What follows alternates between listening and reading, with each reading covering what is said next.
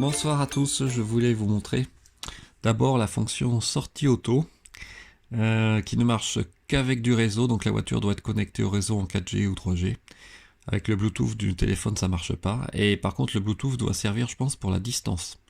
Donc il faut être très très près de la voiture, vous appuyez sur marche avant ou marche arrière, faut pas se tromper, mais je pense que les sonars, de toute façon les radars marchent. Et puis vous maintenez le doigt appuyé, puis voilà, la voiture commence à reculer tranquillement. Alors honnêtement, c'est pas très utile. La fonction Smart Summon aux États-Unis est beaucoup plus intéressante. Si ce n'est s'il y a des voitures collées à droite à gauche, au moins vous pouvez faire reculer la voiture. Sans transition, on passe dans un centre de lavage. Oui, c'est un peu particulier. Mais bon, comme il n'y a rien à faire pendant que ça lave. Alors déjà pour vous montrer que j'ai eu du mal, parce que là la voiture avance toute seule sur des sortes de cylindres, et j'ai eu du mal à mettre le neutre. Donc à un moment la voiture est restée coincée, mais enfin bon. Et là, évidemment, faut vraiment ne pas oublier d'éteindre, de désactiver les essuie-glaces. Et bon, comme c'est pas une voiture classique, il faut bien penser à appuyer sur le bouton des essuie-glaces à gauche et désactiver les essuie-glaces automatiques. Et pendant ce temps, je voulais vous montrer, alors qu'est-ce qu'on peut faire dans une Tesla quand on n'est pas en mode parking, mais en mode neutre. Vous voyez là, la voiture, elle avance toute seule. Bon, c'était la caméra arrière. Et alors, je vais vous montrer, alors, le coffre à jeu. Est-ce qu'on peut jouer lorsqu'on est en mode neutre? Eh bien non, on ne peut pas jouer. On a le coussin péteur, on a Mars, on a le route arc-en-ciel qu'on peut activer, mais c'est tout. Par contre, ce qu'on peut faire, donc c'est quand même pas intéressant, quoi. Et on a le droit d'aller sur le web, par contre, quand on est en mode neutre. Et ça marche bien.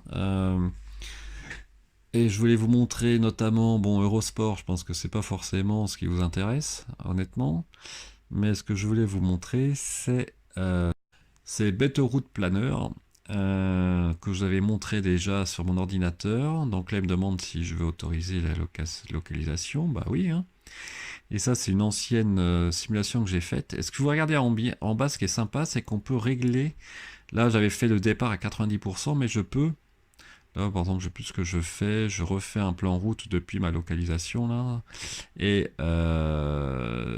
vous pouvez régler en dessous, en temps réel, la batterie. Alors, comme j'ai pas enregistré mon compte Tesla, il n'y a pas la batterie en temps réel, mais oui, là j'avais réglé à 90% départ, mais on va dire si je mets à 67, voilà, là ça marche vraiment comme sur le site à la maison, hein, mais sauf que c'est tactile, donc c'est vraiment pratique. Et vous pouvez même activer, je crois qu'on peut activer le guidage. Ou en tout cas, vous voyez jusqu'à quelle distance vous êtes du prochain arrêt. Et là, vous voyez, mais je mets 67%.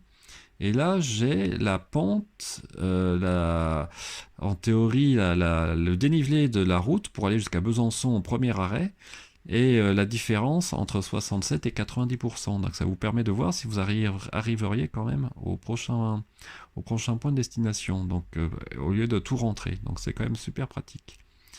Et puis surtout, vous pouvez le faire quand vous êtes arrêté à un chargeur, vous pouvez refaire votre route comme ça. Alors je voulais montrer aussi, bah, on peut jouer, faire le karaoké si on veut, en mode neutre. Donc c'est intéressant qu'il différencie le mode neutre du mode parking. Je vois pas pourquoi on a le droit de faire pas mal de choses en mode neutre et d'autres qu'en mode parking. Moi à la limite je mettrais que le mode parking pour activer les différents jeux, etc. Et même pour le web, je veux dire. Là, je vous ai montré vite fait l'équaliseur. Là, bon, c'est tune-in avec les stations préférées, etc. Les radios, alors intéressant, je pense que vous le savez, mais il y a les radios FM et il y a les radios DAB. Et là, j'ai une radio en Alsace qui s'appelle Cerise FM qui marche en audio numérique, mais évidemment, il faut du réseau LTE ou 3G, hein. Si vous êtes sans réseau, ça ne marche pas. Voilà, bah écoutez, je vous remercie pour votre attention et je vous dis à bientôt. Au revoir.